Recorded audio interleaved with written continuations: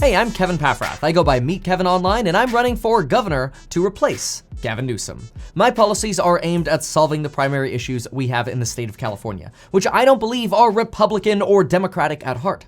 I believe we have Californian issues in California. Now, even though I'm running as a Democrat, I view myself as a Californian. For example, my plan includes building 80 emergency facilities with the National Guard to provide mental health and substance abuse services, educational services, and basic life services like a bed, a shower, a toilet, and food to all homeless within 60 days. We will end homeless living on our streets, and worse, dying on our streets.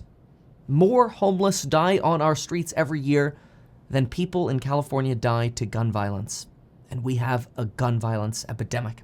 Now, if you like my solution so far on homelessness, imagine all of the other solutions that I've got for the rest of our problems in our state, which we're going to go through some of right now. But I do want to ask you to consider going to meetkevin.com/donate and donating to the cause, because we need help to beat Governor Gavin Newsom and the mismanaged government we have right now. We need your help. Otherwise, we won't be able to make it. So consider donating at meetkevin.com/donate. I will also introduce future schools to our communities, which will allow high school students to graduate at 18 with career-focused skills, enabling them to get hired at 18, and they'll have a financial education for free and without debt. These future schools will also be available to adults, and adults attending these separated future schools were looking to get a career, which is what we're going to teach them. We're going to combine community college, high school, trade school, and financial education. And for the adults attending future schools, we will pay them $2,000 a month for up to 2 years in exchange for them attending future schools. Why? It's simple. A $48,000 investment, 2 years times $2,000 a month, will help us lower the cost of Medi-Cal, welfare, and poverty-related expenses much more than $48,000, while reducing crime by encouraging adults to reskill in our future schools. Consider this. Inmates today cost us about $150,000 a year to house. $48,000 all of a sudden doesn't seem that much in future schools to re-educate people, to prevent them from going down the path of crime in the first place. San Francisco spends $5,000 per month per tent to house homeless individuals. That's $60,000 for 1 year. $2,000 a month for 2 years, and educating folks in a career is again just $48,000. Homeless and inmates will have access to our adult future schools. And so that way we can reduce the causes of crime, poverty, and homelessness. Additionally, I'm going to prioritize the redevelopment of commercial and office buildings into homes. I'm going to speed up building permits. No more waiting 6 weeks to get a ceiling fan permit. And I will make it a goal of building 500,000 new housing units throughout California each year for the next 5 years. We have over 482 communities throughout California. We have plenty of room, and this means we just need about 1,000 properties or 1,000 housing units per city per year. But what we need, folks, to have more affordable housing in California is more housing. And that way we can stop bleeding our state dry of talent that is fleeing our state to Texas, Florida, Idaho, and Las Vegas. See, I believe that California is great, California is beautiful, and the people of California are smart. And that California has a real shot at being the 4th largest economy in the world. It's currently the 5th largest. With this vision in mind, we can't nonchalantly brush off the fact that people are fleeing California. We can't use babies being born and students coming to California offsetting the fact that working men and women over 18 are leaving the state and taking their revenues with them. Folks, with the vision in mind of becoming the 4th largest economy in the world, we'll be able to lower poverty, reduce crime with more community policing, reduce the cost of housing by providing cheaper alternatives, by giving the free market what it needs, more supply, and we'll have better schools so that folks can get into high-paying careers like nursing, computer programming, electrical and mechanical engineering, and more, and at the same time we'll lower the cost of programs like Section 8, Medi-Cal, and welfare. Now, we're not taking any of those programs away.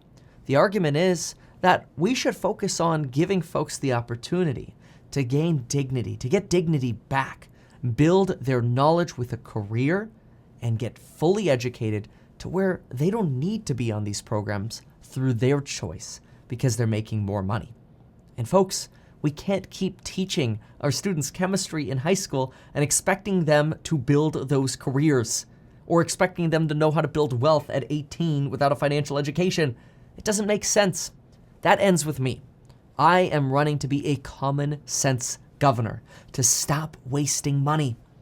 In addition, I'm going to help solve our traffic and water shortage crisis by repurposing wasteful spending. For example, the high-speed rail will eventually service folks traveling from Bakersfield to San Francisco in 3 hours, places that folks can actually fly between much faster and without stops. And so this is interesting. See, the high-speed rail solves a traffic problem we don't actually have. The argument, though, is that the high-speed rail will help our economy become green and expand our economy. But unfortunately, the high-speed rail won't do either of those things. See, environmentally, it'll take 71 years to break even on the high-speed rail because of the amount of carbon that we're pumping into the environment building the rail in the first place. Economically, the high-speed rail will be a break even over 70 years at best.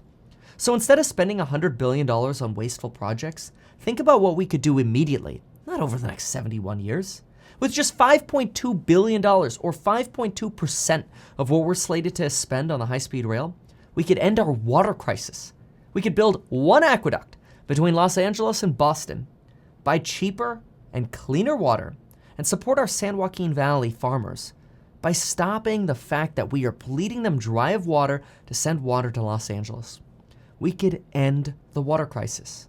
Folks, we could also eliminate income taxes on Californians making less than $250,000 for 3 years by eliminating the high-speed rail. What would you rather have, high-speed rail or no income taxes for 3 years? Folks, we can also work with our private businesses to build variable direction toll road tunnels, where we build tunnels, guess what? Not somewhere we don't need them, but somewhere we actually need them, like congestion points along highways or under highways, like the 5, the 101, and the 405.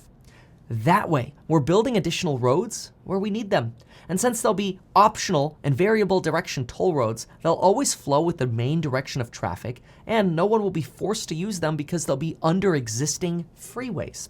We'll just make sure that buses can use them for free to speed up public transportation, and anybody who wants to pay for them can pay for them. And when they do, we'll be able to lower the gas tax, and we'll be able to upgrade our roads appropriately and finally end the pothole problem we have in California, which is really just symbolic of a mismanaged government. Folks, if you want a common sense government, you need to have a common sense governor. Go to meetkevin.com/donate and support my campaign for governor. Make sure to vote yes on recall on September 14th and vote yes on Meet Kevin Paffrath for governor. Just 2 questions. Yes on recall, yes on Meet Kevin Paffrath. And go to meetkevin.com/donate.